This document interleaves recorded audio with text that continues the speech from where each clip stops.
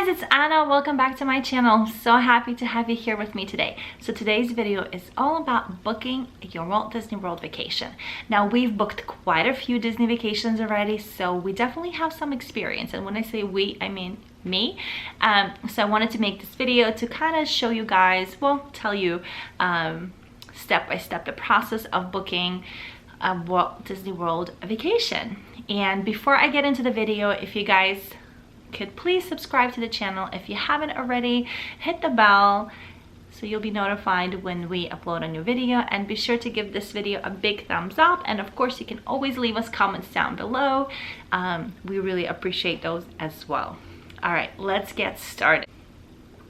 Okay, first things first, you want to figure out what time of year you want to go to and what's important to you. Do you want to be there in the summer because the rates might be a little bit cheaper, because you don't have to pull kids out of school, or because you like it when it's 1,000 degrees outside and rains every day? Or if you want to be there during the springtime, visiting Epcot, the Flower and Garden festivals, or if you want to be there during the holidays like Christmas, when it's absolutely gorgeous there. It's stunning there. So once you have that narrowed down, you then want to go ahead and figure out your dates. So we typically will go probably about like 5 days, 6 days, you know, depending what time of year it is and you know how much free time we have. We also take into consideration, you know, whether we're going over spring break when it's possibly going to be a little bit more busier, or you know, we're pulling the kids out of school. Now, I personally don't mind pulling out my kids out of school for a couple of days, especially my oldest one, because his teachers, you know, have been very understanding, and they give him, you know, extra homework for extra credit and stuff like that. So it just works out fine. And our little guy, he's still little, so it's okay for him to miss a few days. So once we have that picked out, I also try right away, go and look for airlines. We typically fly with JetBlue because we like to earn the points and get free airfare eventually. So a trick I've learned from a Disney lady. Yes, we have a Disney lady. She's our Disney agent. She's amazing. We call her Disney lady. My kids call her Disney lady. I don't know why. It just got stuck, and she's our Disney lady forever. So a while back, she actually gave me a tip that you want to try to look for your airfare on Tuesdays and Wednesdays, and you also want to book your airfare Tuesdays and Wednesdays, and possibly Mondays, like flying out on Tuesday and coming back on Monday or Tuesday, or so, you know, stuff like that, because the airfare tends to be a little bit more cheaper if you're flying Tuesday, Wednesday, and then coming back Monday, Tuesday.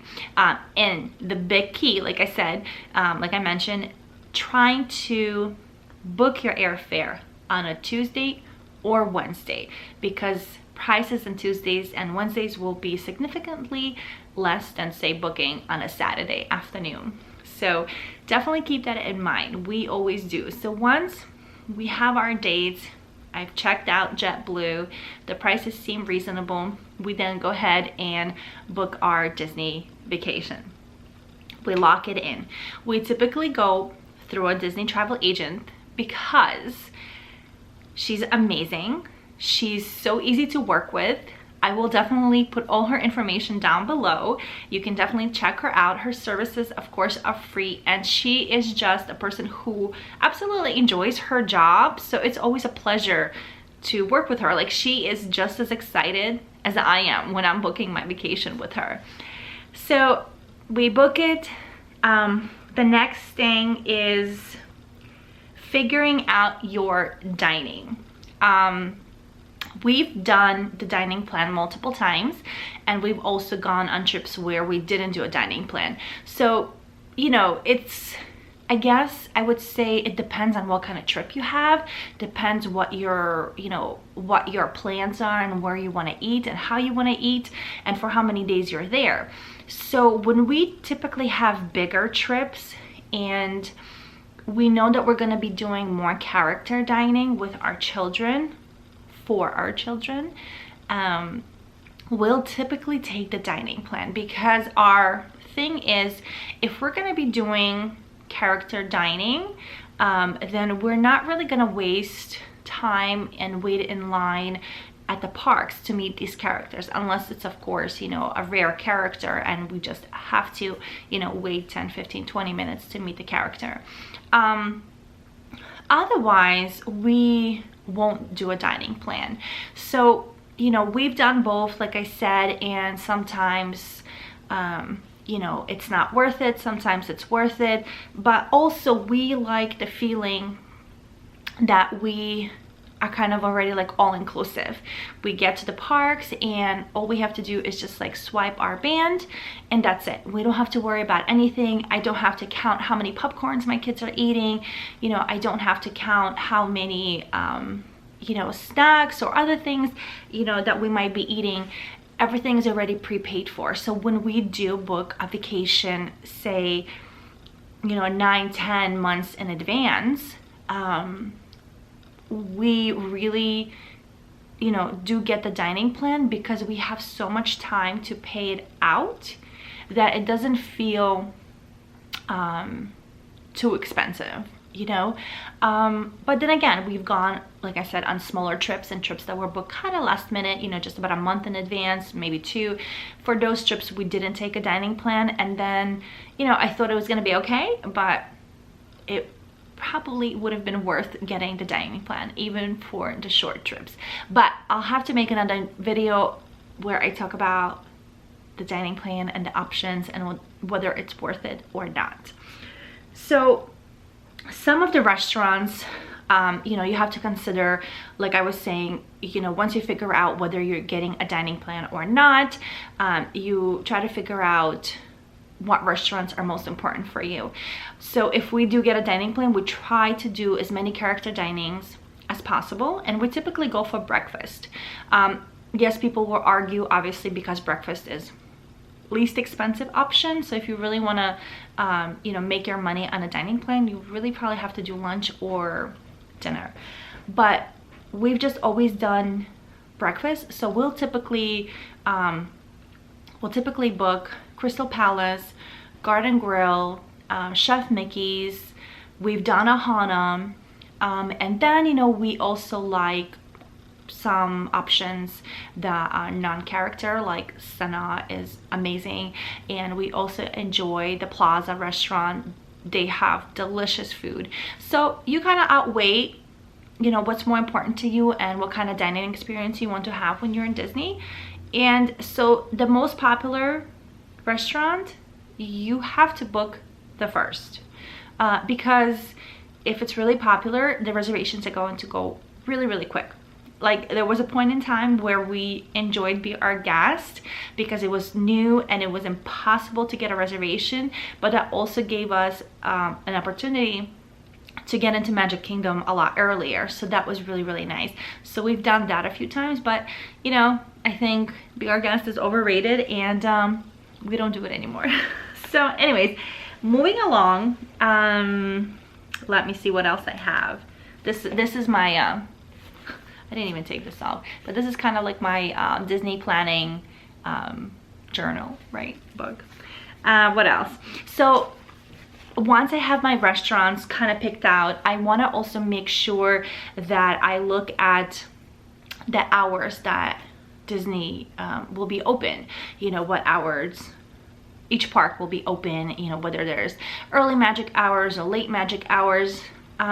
We typically won't do early magic hours, because if we really wanted to do that, we're, you know, we'll try to get an early breakfast reservation and still, you know, get to ride a few extra rides, because, you know, the bulk of the people still didn't get in. But we do enjoy late magic hours, but my children don't always last. They typically end up falling asleep, but that's a whole other video. What else?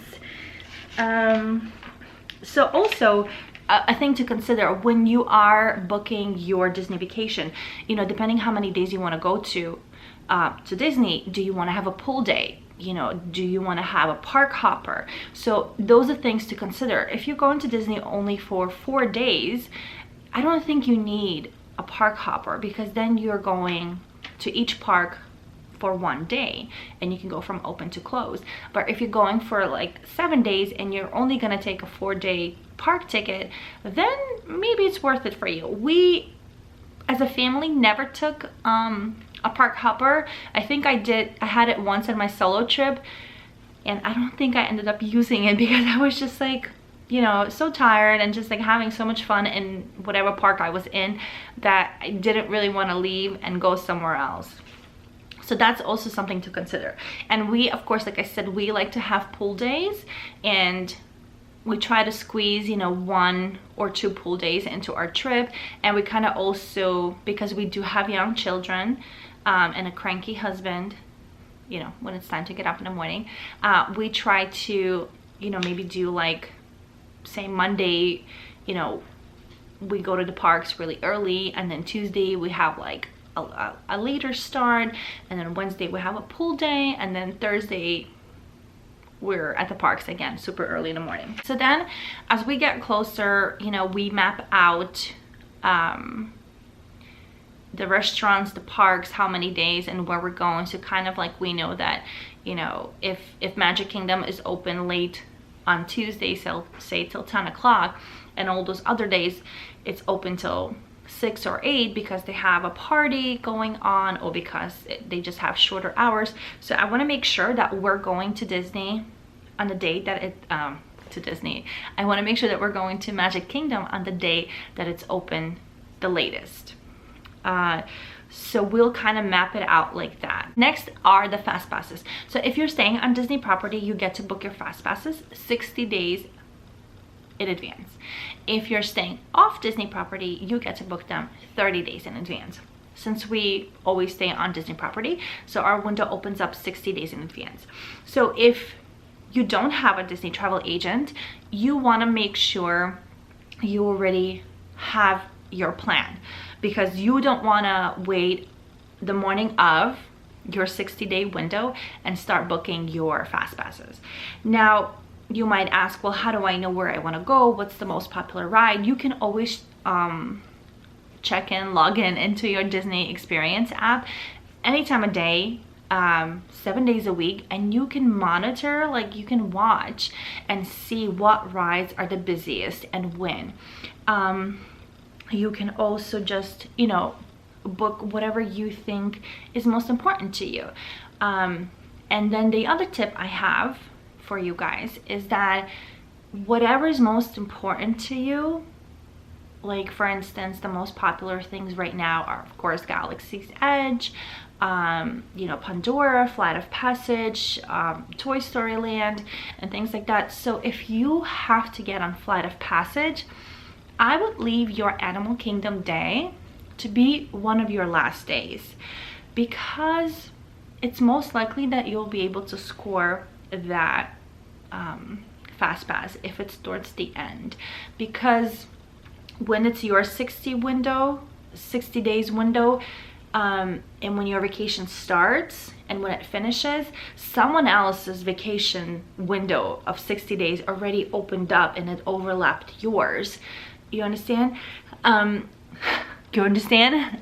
So you want to prioritize, and you want to book your most important rides, well, most important rides to you towards the end of your trip. So if you want to have that Flight of Passage, book it on your last day.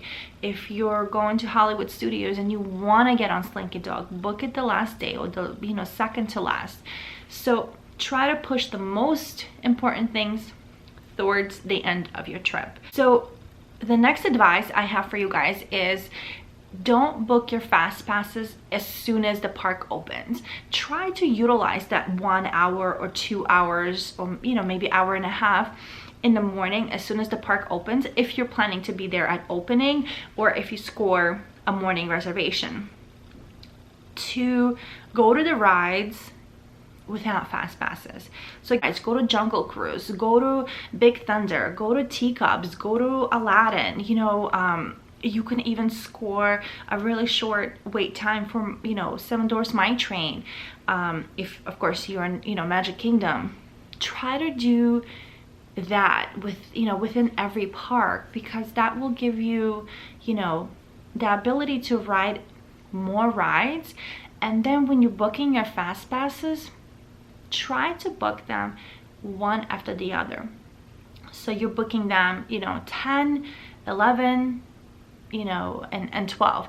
You want to get them out as soon as possible, so then that way you can start booking your single fast passes, you know, one at a time. So once you scan your third fast pass, you could right away go into My Disney Experience and start looking for your you know, for your new fast pass for the day. So the first time we went to Disney, we made that mistake. Well, I guess I didn't know about it, so we booked a couple fast passes quite early, and then I think our third fast pass was like at 2 o'clock.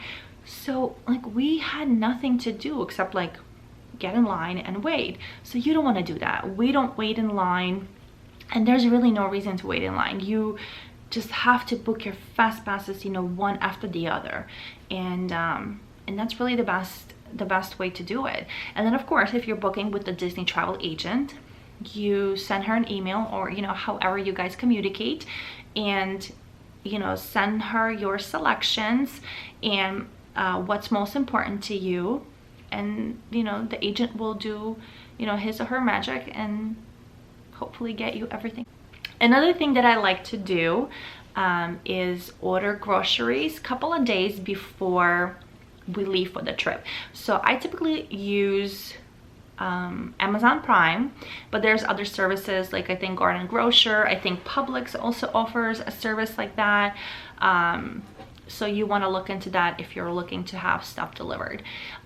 So if I'm doing it a couple days in advance, I'll just throw everything in into the shopping cart. I use it on my phone, so I'll just throw everything in there. Things like water, you know, maybe soda, water, Bounty, you know, cereal, gum, if we wanted to get a couple bottles of wine, some fruits, some veggies, you know, things that I typically won't take with me if we're flying. So I just throw that in there, and then as soon as we, you know, get to the airport, all I have to do is just, you know, click checkout, select my delivery time, and one less thing to worry about. And most of the time they're okay to leave your items you know, at the bell services, but if you're ordering alcohol, then the driver 99.9% of the time will want you to be there, because they'll ask you to come out and show ID. So just keep that in mind. But it's a great option, you know, to order a couple of cases of water, to order your Bounty, you know, whatever else that you might need on your trip. Guys, I think that's about it. You know, these are steps that I take to book my Disney World vacation. Like I said, you don't have to use a Disney travel agent if you don't want to. You can absolutely book everything yourself, but if you are looking, you know, to have a little help, a little guidance, you can definitely find an awesome Disney travel agent. Okay, I'm gonna cut the video here, so be sure to like and subscribe and hit the bell so you'll be notified when we upload a new video. And let me know in the comments down below, how do you book your Disney trip, and if you have any, you know, upcoming trips, if you have any tricks, definitely would love to hear all about it. All right guys, thank you so much for watching. I hope you have a great day. Bye.